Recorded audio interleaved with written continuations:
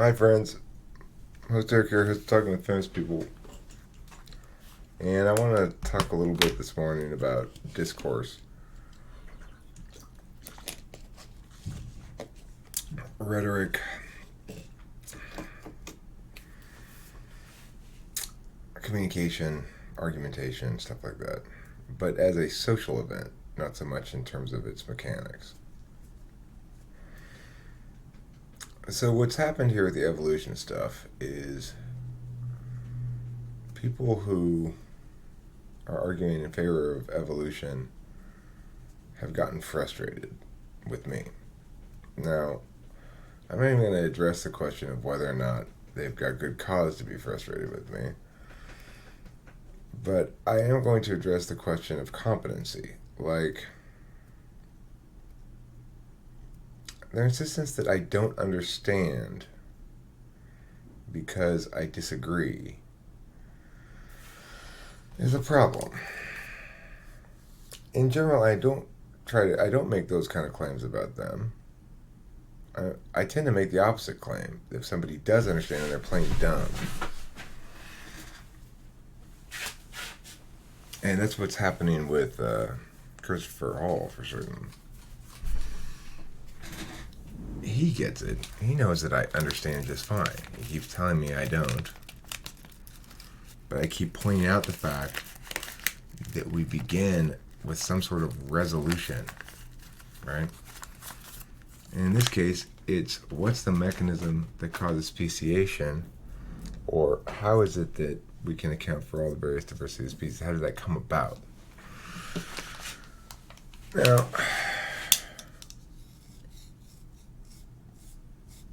I do understand all those words that he listed as things that I don't understand, because I don't agree with him regarding the implications of those specific terms as applied to this question. A debate or an argument of any sort is always a question resolving activity.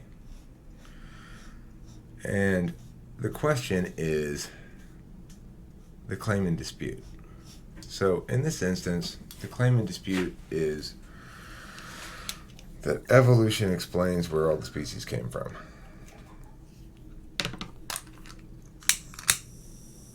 And here's the thing. Usually, people who argue against evolution are creationists. And so, maybe often enough, the sort of arguments that say, like, you're not understanding, or you're not actually trying to pay attention to the science at all, or something like that, might normally be appropriate arguments to make. That's not the instance here. And insulting me is not going to do you any good in the debate. Here's the deal.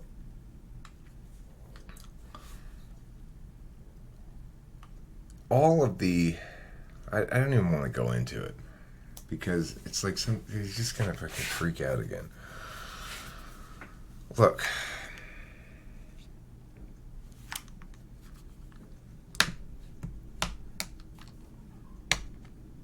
In the last video, I did a pretty decent job of explaining the circumstances by which we are engaging in this, but let me try to clarify it further.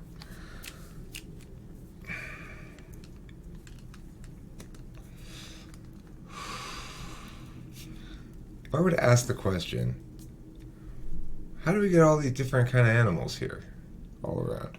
Where'd they all come from? And you were to say, evolution. If we were to begin from scratch, I said, oh, what's that?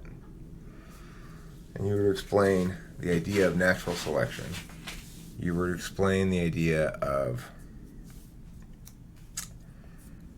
mutation.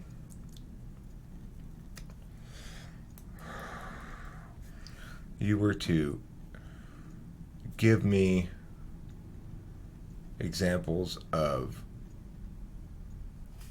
phenotypic change, like dogs and stuff.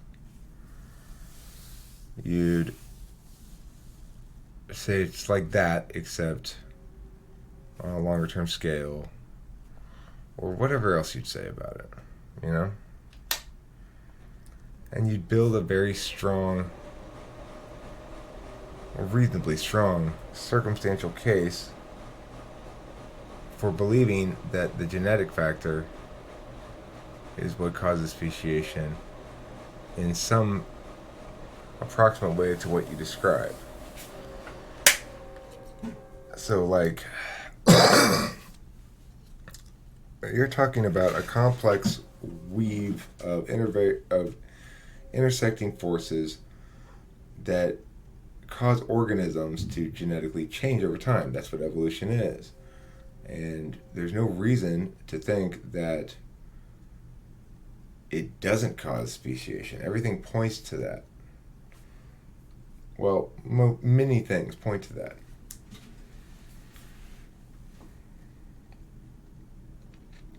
And that's all well and good. But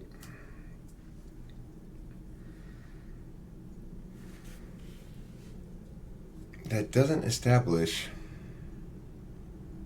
adequately that in fact it is the genetic consideration. The fact that we have these multiplicity of different expressions of genetic possibility.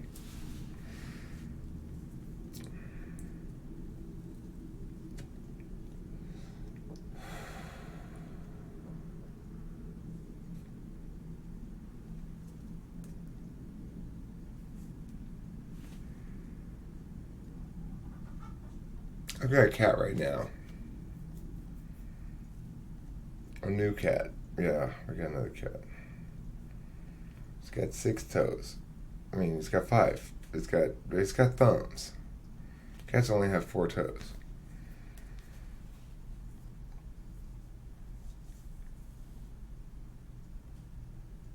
No, that's a mutation.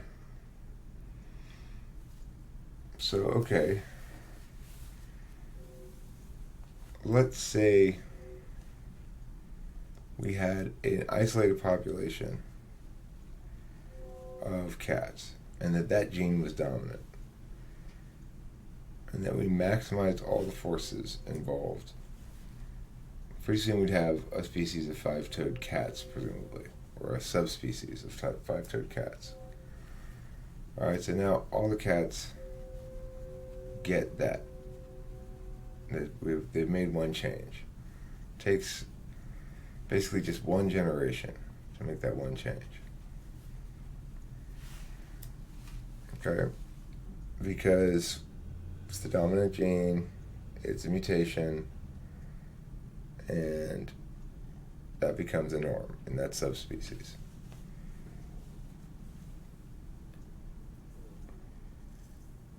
That's how small the population is. Just a breeding pair, basically. A breeding pair. The male has 5 fingers, a thumb. I don't know. It's like that's hard to talk about, you know.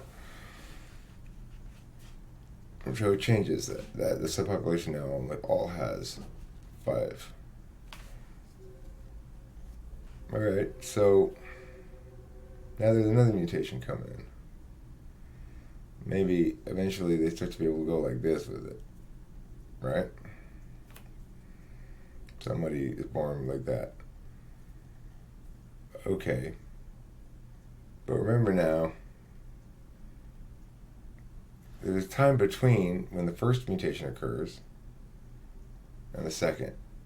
Or is it, I mean, are we imagining that the very first generation of all 5-toed cats, you get a mutation right then? You get one mutation that's, again, dominant, and it's be able to move like this.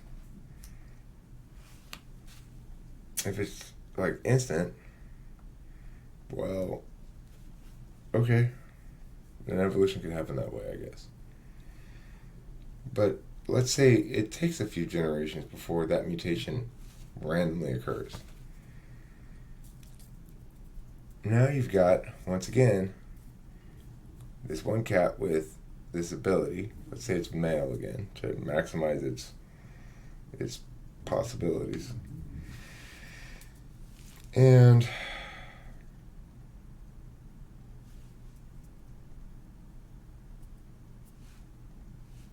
but it's in a population now that's much larger of 5-toed cats that don't have that.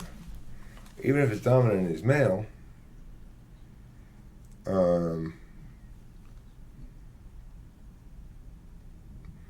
it would have to be a substantial advantage if it were going to take over the population. After all, you've got 500 cats that don't have that gene. And almost all of the females that give birth will give birth to cats that don't have that gene. So, I mean, how big of an advantage is it going to have to be? It's going to have to be pretty huge. And just because this cat's got an opposable thumb, that's an advantage, sure. But it's not like the other cats are all going to die. Well, let's add some extra pressure to the environment then to make this thing work. Okay, there's a weird kind of weather that kills all the 5-toed cats that don't have opposable thumbs. I mean, what?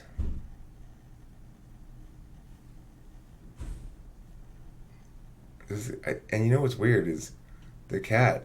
I should show you this cat. It's a kitten, you know. It's only got thumbs on its front paws. It doesn't have thumbs on its back paws. So it's got hands and feet. But anyway, I don't think it can go like this, though. I don't know. I've never really seen him try. Do you see what the problem is with this idea? I mean, do you get it? There's a negative feedback loop in place against any mutation having significance within a population, just because most of the factors, I mean, it's not really a negative feedback loop, but it's like, it functions like one, because most of the factors involved point against any mutation becoming predominant in any even isolated population, as per the example I just gave. There are lots of different ways in which that apparently useful mutation can fail to manifest as indicated by evolution. Lots of different ways. That mutant could be killed. That mutant could accidentally get his balls chopped off by a tiger or something. That mutant could just the mutation. It could just be. He could just be a regular. I mean, it could be recessive. I mean, there's so many different ways in which even the most useful mutation can fail to pan out as significant enough reproductive success to wash out the numerical advantage of those who don't have the trait. I mean, don't tell me I don't understand well enough. Actually explain it to me so that I do. Because this doesn't make any sense to me. Does it to you? Does it really?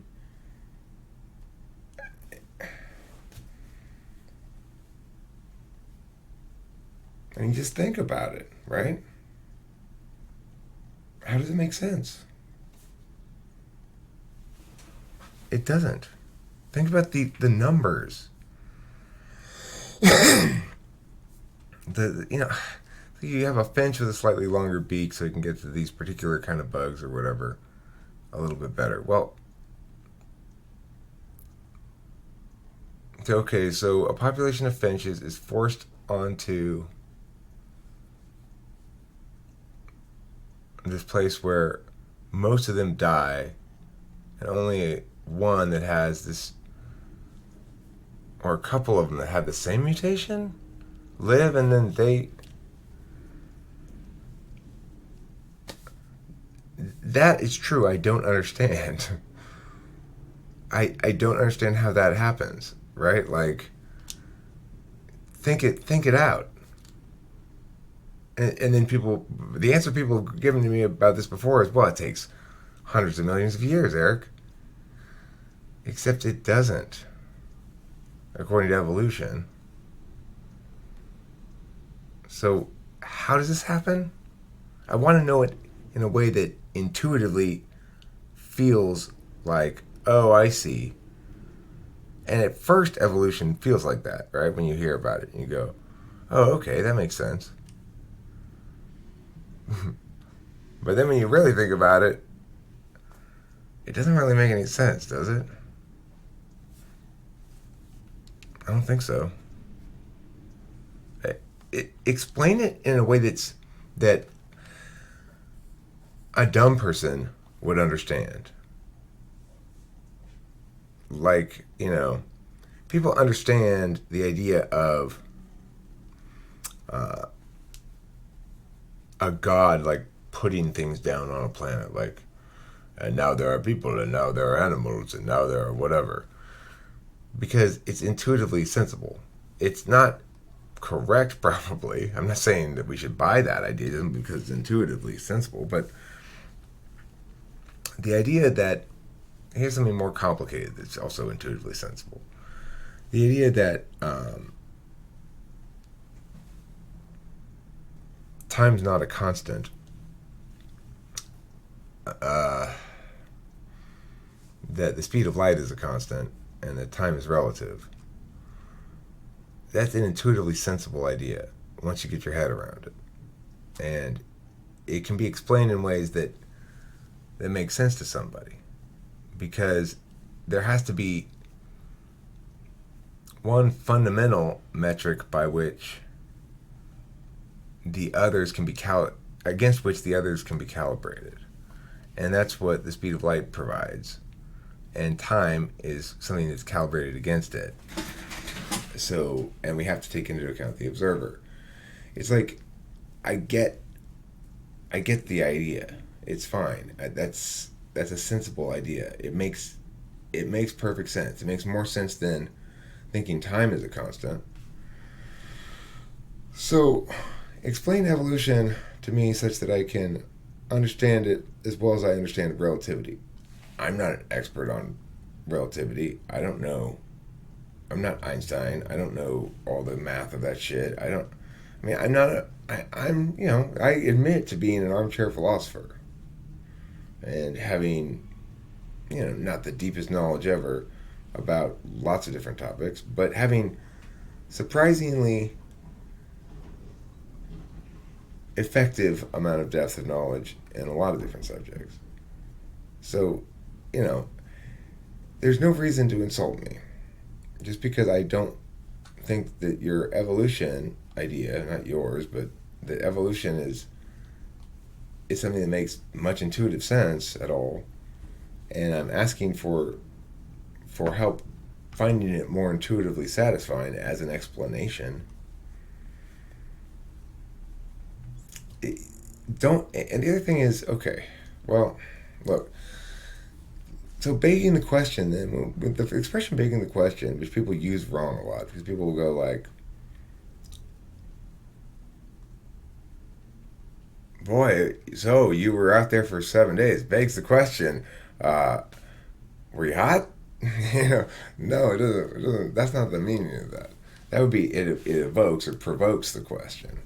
To beg the question is to forget what the question is that's being argued about and assume your side is correct to make an argument.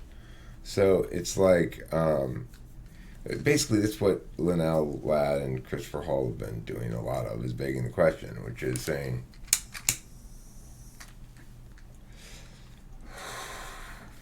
here's how genetic evolution might, here's how to explain these things that apparently contradict this idea of evolution.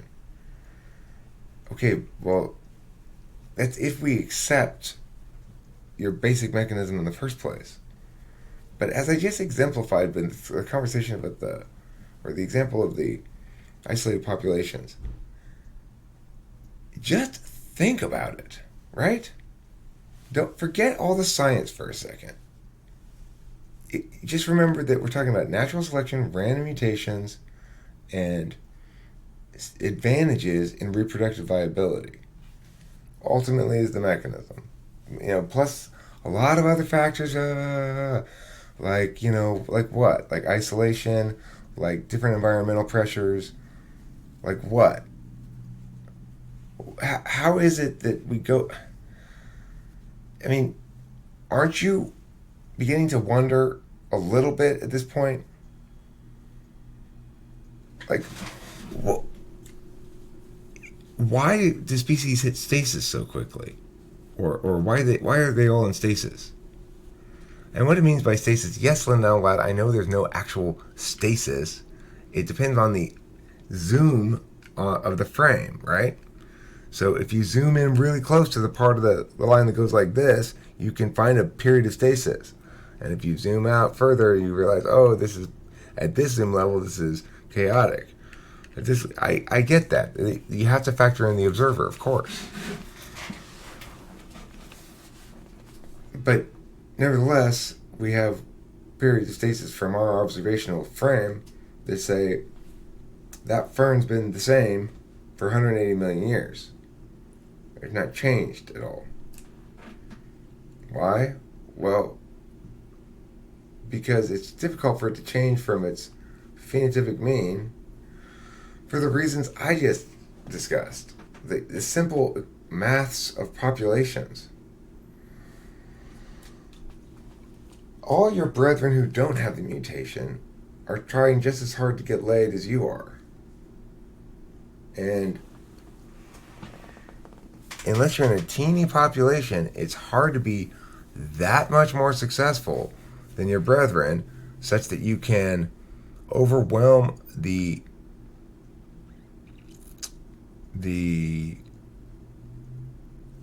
gene pool and become the new norm.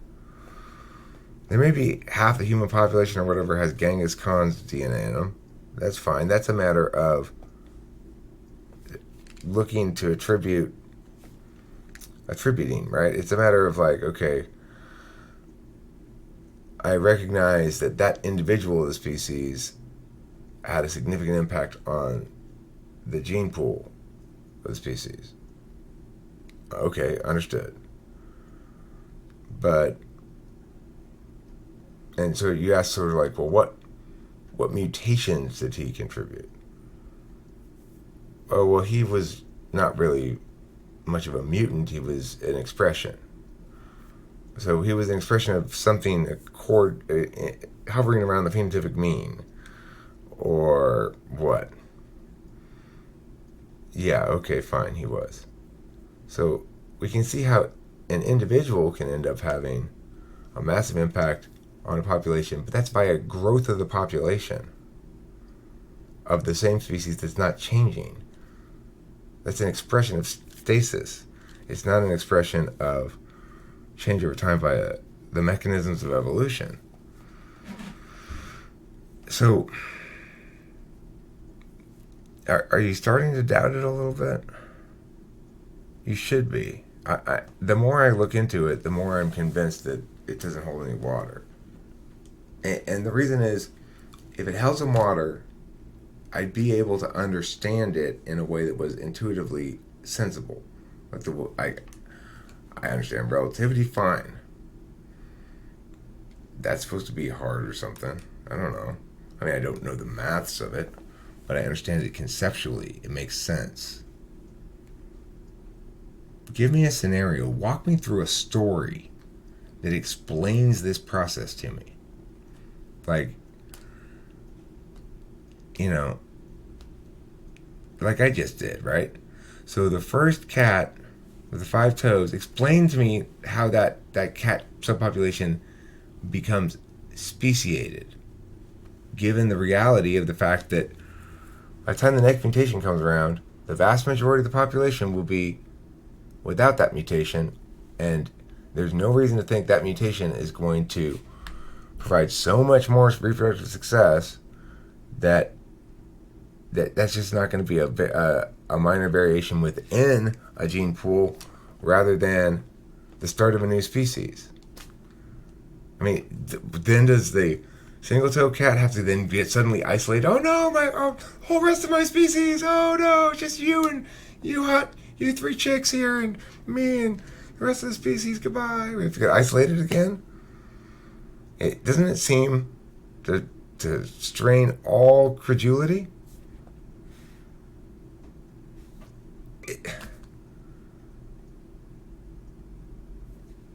Hello? I mean, right? I don't understand how anybody's not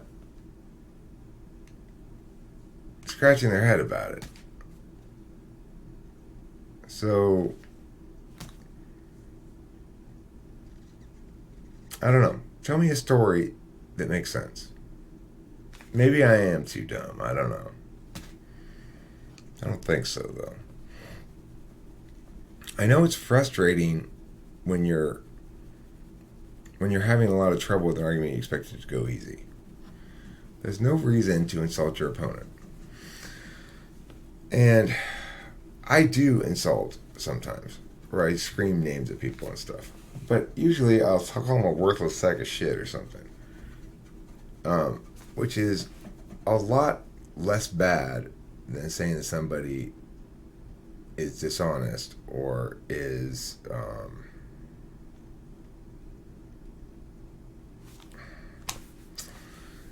not, or stupid, right? It's why, I mean, I call people stupid too all the time. But the thing that I don't appreciate is the hammering of this notion that I'm not understanding what you're saying. It sounds to me like you're not understanding what I'm saying, but I know you are. So, without insulting me, and in a way that makes intuitive sense, explain to me, with a population of cats with 5 toes, how it is that speciation occurs.